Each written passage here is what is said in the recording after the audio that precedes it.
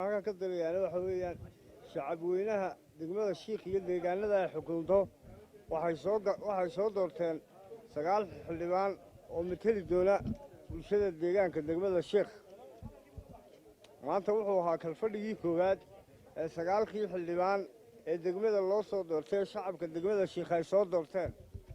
9 xildhibaan waxay iska soo xuleen gudoomiye duqa degmada iyo gudoomiye ku xigeen ruuxantii anigoo ka mid ah xildhibaanada 9 ah labada nin ee soo xulay maayarkiyo ku xigeenkaahi waa laba nin oo haldoora oo bulshada aanu soo naqaynay oo dhalinyaro oo wax weyn ka tari doona baahiyaha degmada ka jira insha Allah bidmillaahi kariim anaguna waanu garab taaganay hariga habeenba iyagana waxaan ka filayaa inay degmadu halkaa maanta taagantay hore uga sii marin doonaan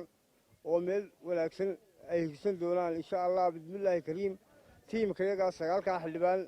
ee codkii bulshada ku jooga ee ummaddu soo dooratay waxaanu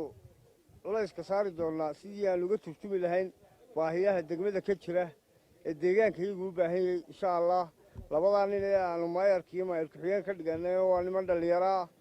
oo aanu aaminsanahay inay wax badan ka tari doonaan ummadda shacab weynaha deegaanka degmada Shiikhna waxaan ka codsanayaa haddaan nahay xildhibaanadii ay soo doorteen inay nala shaqeeyaan inayna soo dhaweeyaan annaguna adeeg wanaagsan ayaan u fulin doonaa insha Allah dadweynahana waxaan ka codsanaynaa inay wada shaqaynteenu ay wanaagsanaato oo aad la shaqaysaan maayarkaan dooranay iyo ku xigeenkiisa iyo 9 xildhibaan ee degmada u soo baxay wassalaamu calaykum waraxmatullaahi wabarakaatu sallallahu alayhi wasallam ilaahay baa mahadle awalan waxaan u mahadnaqayaa ilaahay casa wajalla halkaana soo gaarsiiyey xamiga dheer ee aanu maxaaheeday hankayga ka helay alxamdulillahi rabbil caalamiin mar labaadka waxaan mahad ballaaran u celinayaa bulshaweyntii kala gedisnayd deegaanada kala gedisan iga soo dooratay xildhibaan ahaan kuwaana insha allahu tacaala waanu mahad celinayaa mar labaadka mar saddexaadka waxaan halkan hambalyo iyo ducaa uga dirayaa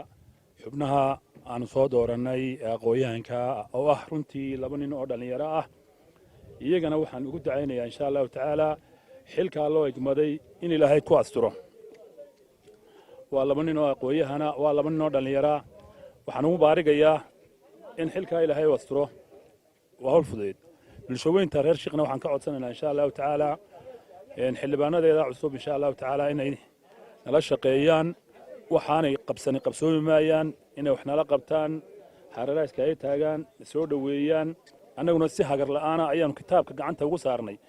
inaan ugu shaqayn doono bulshadeeda oon qabiil iyo haybtoona kala lahayn